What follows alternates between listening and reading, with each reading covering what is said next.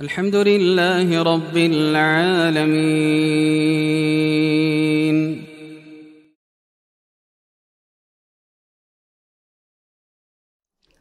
Assalamualaikum warahmatullahi wabarakatuh. Alhamdulillahi rabbil alamin. Salatu wassalamu ala rasulillahil karim wa ala alihi wa sahbihi ajma'in. La hawla wa la quwwata illa billahil azim. Qala Allah Ta'ala, ya ayyuhalladzina amanu kutiba alaikumus shiyam kama kutiba alal ladzina min qablikum la'allakum tattaqun. Bapak Ibu yang kami hormati, tiada terasa Ramadan telah ada di pelupuk mata.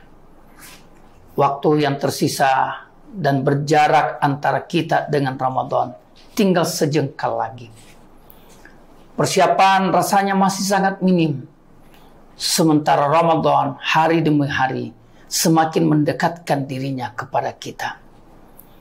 Seorang ulama dari Arab Saudi yang bernama Syekh Mukhtar Asy-Syinkiti pernah mengatakan bahwasanya menyambut bulan suci Ramadan sama juga dengan menyambut rahmat Allah Subhanahu wa Ta'ala. Maka begitu kita memasuki Ramadan, seakan-akan kita memasuki wadah dari rahmat Allah Subhanahu wa Ta'ala. Rasulullah sallallahu alaihi wasallam dalam hadis yang dituturkan oleh sahabat Abu Hurairah radhiyallahu taala anhu berkata, "Idza jaa Ramadhanu futihat abwabur rahmah." Jika datang bulan Ramadan, maka pintu rahmat itu dibuka selebar-lebarnya. Di dalam kitab Maqayisul Lughah, Imam Ibn Faris mengatakan bahwa kata rahmat itu bermakna kelembutan. Kata rahmat itu bermakna cinta kasih. Kata rahmat itu bermakna kebaikan-kebaikan. Maka ketika kita menyambut Ramadan, maka seakan-akan kita menyambut kasih sayang Allah Subhanahu wa Ta'ala. Ketika kita menantikan dan merindukan Ramadan, maka sama saja kita merindukan dan menantikan kebaikan-kebaikan, cinta Allah Subhanahu wa Ta'ala, kelembutan Allah Subhanahu wa Ta'ala. Maka beliau mengatakan, banyak di antara kita yang kemudian lalai dalam mempersiapkan diri menyambut bulan suci Ramadan.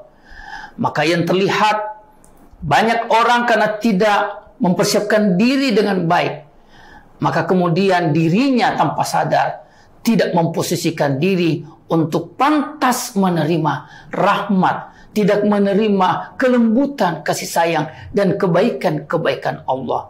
Pada saat kita tidak mempersiapkan diri menyambut Ramadan seperti itu, inilah yang dikatakan kam min shaimin. Begitu banyak orang-orang yang merasa berpuasa, padahal kata Nabi SAW, tidaklah yang ia rasakan kecuali hanya pengalaman menahan lapar dan pengalaman menahan haus. Na'udzubillahi min dzalik.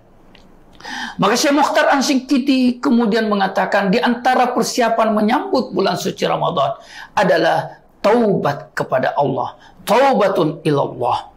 Mengapa? Karena dalam bertobat kepada Allah, kita menunjukkan kesungguhan kita untuk mensucikan hati, membersihkan jiwa. Karena hati yang suci, jiwa yang bersih adalah hati dan jiwa yang berhak untuk menerima naungan dan limpahan rahmat, kelembutan, cinta dan kasih sayang Allah Subhanahu wa Ta'ala.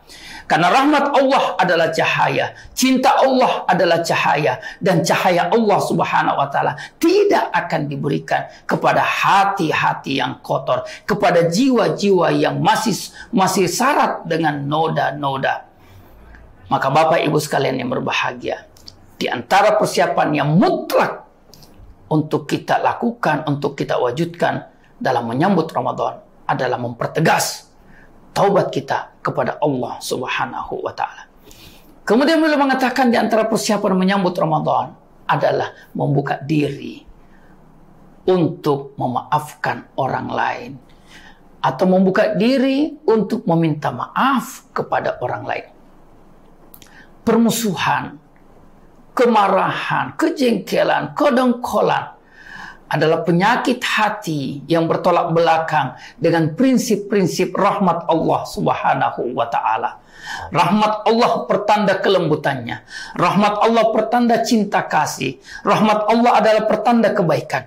Dan itu semua tidak sejalan dengan kemarahan, dengan kedongkolan, dengan kejengkelan, dengan permusuhan yang terpelihara dalam diri-diri kita masing-masing.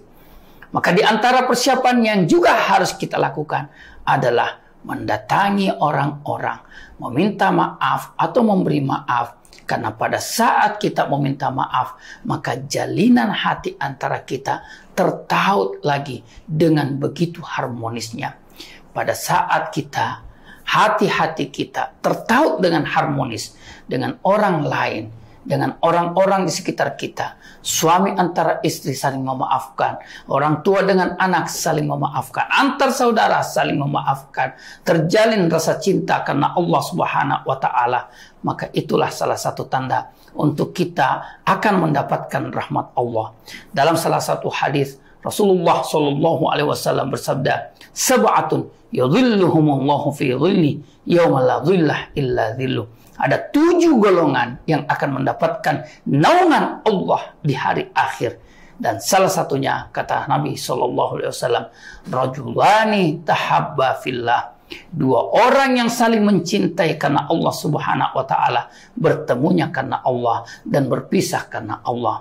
Maka 2 hati dapat mencinta karena Allah, 2 hati dapat bertemu karena Allah, dan 2 hati berpisah karena Allah. Semua itu syaratnya jika kemarahan, jika sempitnya hati, jika kejengkelan dan kedongkolan, jika permusuhan itu telah kita enyahkan, telah kita eliminir, telah kita hilangkan dari hati-hati kita, maka janganlah biarkan kesucian bulan suci Ramadan, kemuliaan bulan suci Ramadan terhijab, terhalangi oleh kemarahan-kemarahan yang pada prinsipnya dapat kita hilangkan, yang pada prinsipnya dapat kita sembunyikan dan dapat kita keluarkan dari diri-diri kita, lalu kemudian kita bisa menyambut Ramadan ini dengan kelapangan hati, yang dengan kelapangan hati itu hati kita menjadi bersih, dan dengan hati yang bersih kita akan bersiap untuk menerima limpahan rahmat Allah Subhanahu wa Ta'ala sebesar-besarnya dan sebanyak-banyaknya.